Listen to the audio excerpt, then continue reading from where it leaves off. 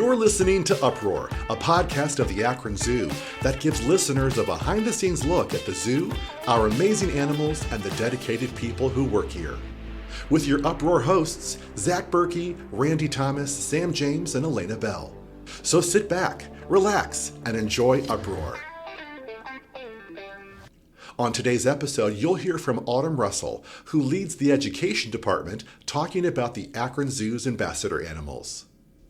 Well, hello, Autumn. What do you do here at the Akron Zoo? So we will go out to schools, churches, camps. We'll bring some of our animal ambassadors, do programming.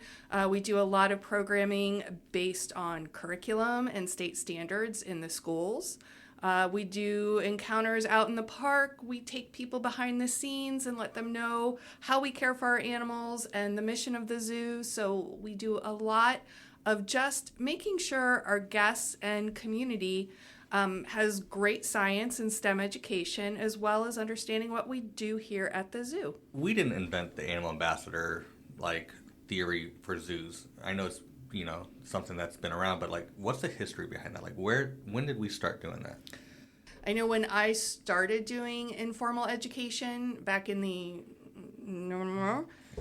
90s, that we were bringing animals out to meet the public. So it has morphed throughout the years, but there's a lot of research out there that does show having a close-up encounter, touching an animal that some people might have a fear of, does increase empathy, increases appreciation, or at least understanding of that animal. It kind of takes that fear away. Can we take a step back here?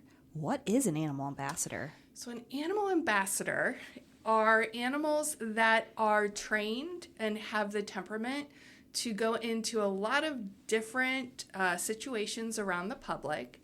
Can you give some examples of some of the ambassadors that are out there that we have? Yeah, so we have Maddie, who is an almost or just about a 6-foot Dumeril's ground boa found in Madagascar. Maddie is a very old snake, so she is in her 30s, which is very old for a boa. We've got bearded dragons. We've got Madagascar lesser tenrex, which look like a hedgehog but is not a hedgehog. We've got birds of prey like owls and a turkey vulture. Now, there's obviously, you mentioned that there's training involved. Can you go into what kind of training takes place for both the humans and the animals? Because when we get a new ambassador, they're not just ready to go from day one. So what kind of training is involved with getting them ready to see a classroom full of kindergartners? So with our animal ambassadors, we first begin by building a relationship with the staff, usually our keepers, making sure that the keepers understand the personality of the animal, kind of what their favorite foods are, because that helps in the training. Once they become comfortable with that, we do a lot of socialization. We might start training the animal on kenneling. And so our goal is to have the animal walk into the kennel on their own. From there, we might be handling. We have primary trainers. So we have a keeper who's a primary trainer and a program staff who's a primary trainer.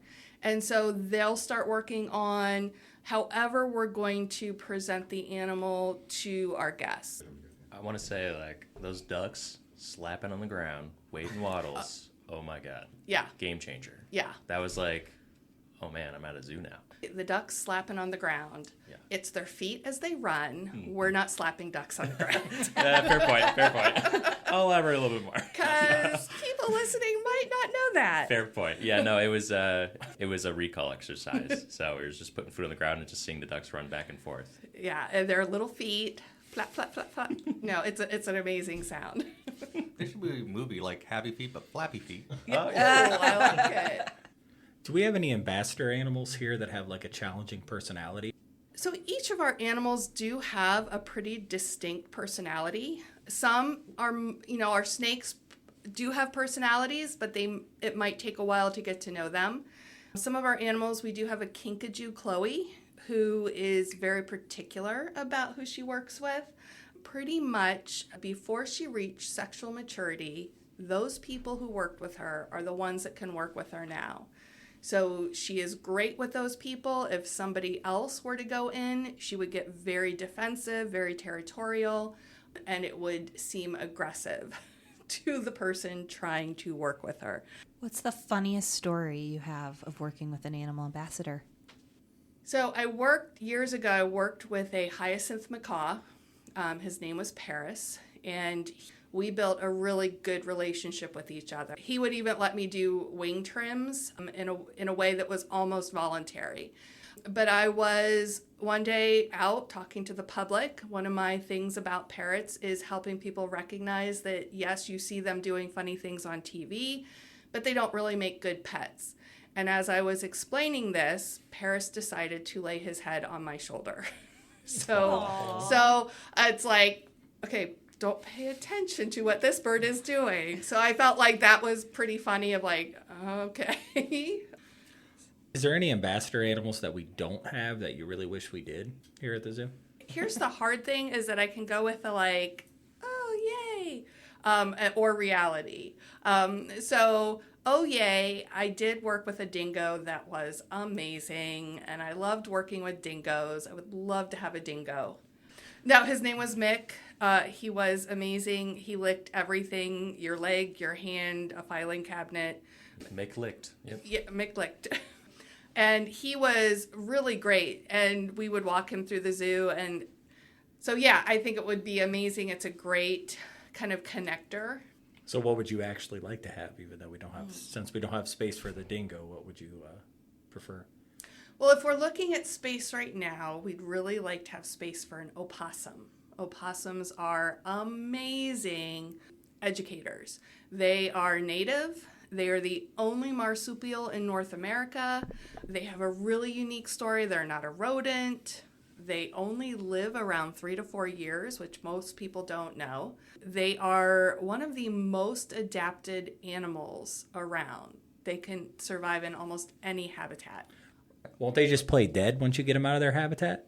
Only when you come around, Zach. Oh, that's not very nice. Well, I mean, I understand, though. Now, you said opossum. Can you explain the difference between what an opossum is and a possum? Is there a difference? Yes. So what we have in North America is the opossum. And there are possums. These are smaller creatures. Most of them, I think, are found in Australia. We might have a few in South America. Not Ireland, though, right? No, not Ireland. But don't bump. Both are very cute, though. Yes. Hey, Adam, we're just going to play a little sound for you, and I want you to tell me, what animal do you think this is? Is that a cell phone? It's a good guess. It does sound like a cell phone on vibrate. This is actually the sound of a tawny frogmouth, which is an interesting looking bird from Australia. They are related to nightjars or whippoorwills that we think of here.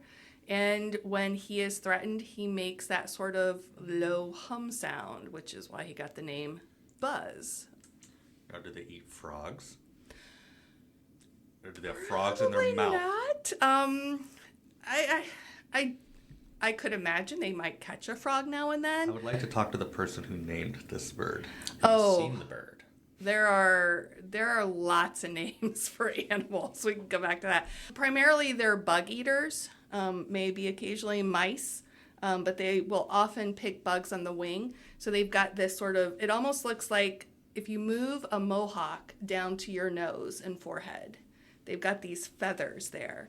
And those are sensitive feathers that will help them be able to grab bugs as they're on the wing or as they're sitting there in a tree. So what you're saying is they eat frogs, Lady Who Swallowed a Fly style.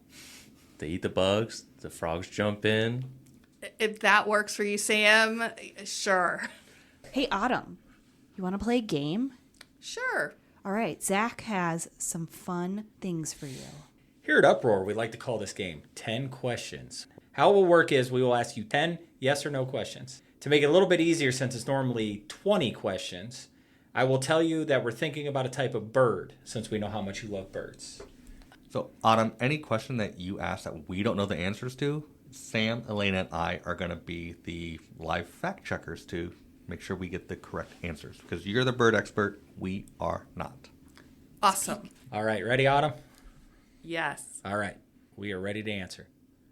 Is it bigger than a bread box? Yes. Is it a bird of prey? Randy, can you check to see what Google has to say about that? I'm not 100% sure. It is a bird of prey. Is it a North American bird? No. Is it a European bird? No. I'm going to Two. use all of my questions up if I go that way. So I'm thinking now. You got 6 questions left. Is it an African bird? No. Here at Uproar, we're kind to our guests. So if you need more questions, that's fine. And we also offer little hints if you need one. Okay. So my hint, what continent is it found? I think you're not thinking south enough. In How is that a hint? America. How is it not a hint? Is what I want to know. The one continent that has south in it. Is it the biggest bird of prey in South America?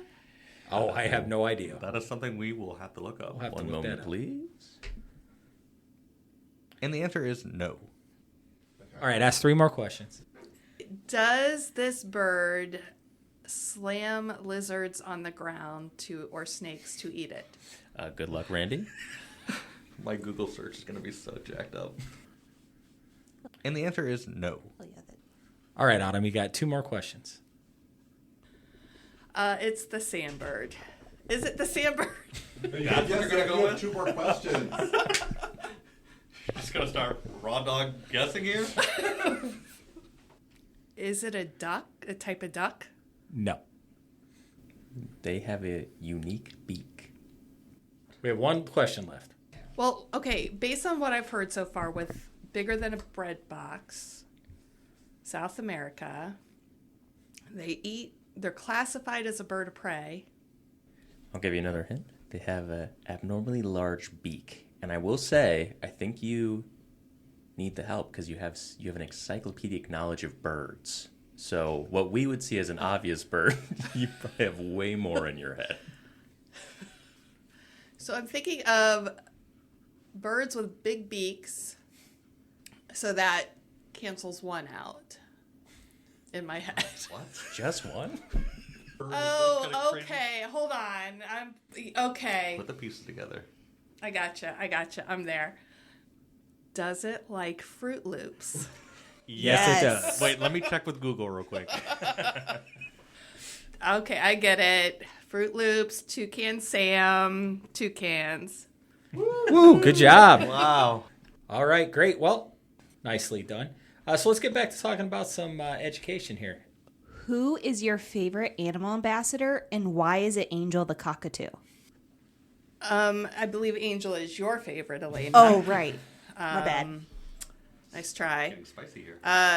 Everybody asks me this question, and it really depends on the day. What's your favorite today? Counterpoint. I can't. Trevor. It's hard to pick one. It really is. I am partial to turkey vultures. Turkey vulture was, when I started working with birds of prey, a turkey vulture was the one that I kind of worked with the most. His name was Oscar, and he was amazing. So I love turkey vultures. So that just is up there. They're smart. I don't think people give them enough credit. Are they like personable? Like they have good relationships with the... Oh, they're sassy as anything. they're so when you work with birds of prey, there's certain rules that they have to follow, and you as the handler have to remind them. Think of a toddler. You got to remind them of their rules because sometimes they forget. They also will, if you're a new handler, they're going to see if you know the rules. Just like a toddler, Push the limits. they're going to push the limits. And so it's really interesting to watch that sort of process for vultures and watch new handlers work through that process. I often think we don't give animals enough credit. And so I've seen like Oscar would totally walk all over new handlers. And it's good, like, you're letting him get away with that. Don't let him get away with that. So Be the adult in this relationship. yep. But like, I think Chloe is really interesting to see the people who have the Kinkajou who have a good relationship with her, to see how they work together is really cool to see. We have a North American porcupine who definitely has a unique personality. So it's really hard to pick just one. So, I mean, split decision. You have to make a decision. You're bringing 3 animal ambassadors to a talk today. What 3 you're bringing? I would say our bats. They're really cool. We have Sierra, who is an older bat who has developed scoliosis and can't live with the rest of the colony. She has a friend, Leon, who was having some issues where he was born. He was with his mom. They were in a smaller area. He learned to fly, but didn't learn how to land appropriately, or she didn't learn how to land appropriately. So they lived together, and then Rosie, who is an older bat that just came to live with them. So they all have some like physical issues that doesn't make it good for them to live in a bigger group. And we did use them for programming COVID because they are susceptible to that. They won't necessarily get sick, but they can carry it. Has limited their ability to do programming recently. Do we have any animal ambassadors that have a successful history of inspiring conservation action? Yeah, I'm glad that you brought that up. So I mentioned Chloe, our Kinkajou. If you've never seen a Kinkajou, not Pikachu, they are very cute. They have the appearance of a monkey, but they're actually more closely related to raccoons. So they're South American rainforest animals. And one of the things facing rainforest is we're losing a lot of, especially in South America, we're losing a lot of the forest for agriculture, roads, different human needs. And what that does is it creates these sort of pockets of forest that animals can't get back and forth to maybe find a mate. And if they're not finding appropriate mates, we're going to lose our genetic diversity in those animals. So our AZAC stands for American Association of Zookeepers. They started a conservation program years ago here at the zoo called Cans for Corridors. And so we collect cans, we take them to recycle, we get the money for that.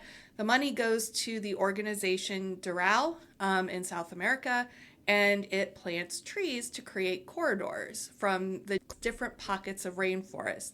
So Chloe has been an ambassador for Cans for Corridors, and sometimes it might be Cans for Chloe we'll use in programming. And because of the programming she does, we have had many kids bring us cans that they want to contribute to plant trees in South America to create corridors to help Chloe's family out in nature. So yes, Chloe has done a lot. If anyone is curious, in 2023, we raised over $2,000, which planted 2,717 trees in the Brazilian rainforest. If you could be an ambassador animal, Autumn, what would you be? So we currently don't have one, but I would say a ferret. We've had them in the past, and I would love to be able to sleep like a ferret. But then you would smell like a ferret. I'm okay with that. Okay. For the sleep that they get. But they look so comfortable. They do. In their little hammocks. They just are so... You can just pick them up. Yeah, I could handle the smell. Would you be Autumn the I'd ferret, be or would you used have to a the different smell. name? Yeah, just get you some cologne or something. Yeah. I get to ask that question to you guys. A chameleon. All right, what would your chameleon name be? Snake eyes. Just confused me. Why a chameleon? Just blend in and They just seem like they have a good time. They just blend in, just hang out. stare at the wall. Just, just stick their tongue out and get bugs. You just want to look in different directions at the same time. Yeah, the eyes really kind of captivate me.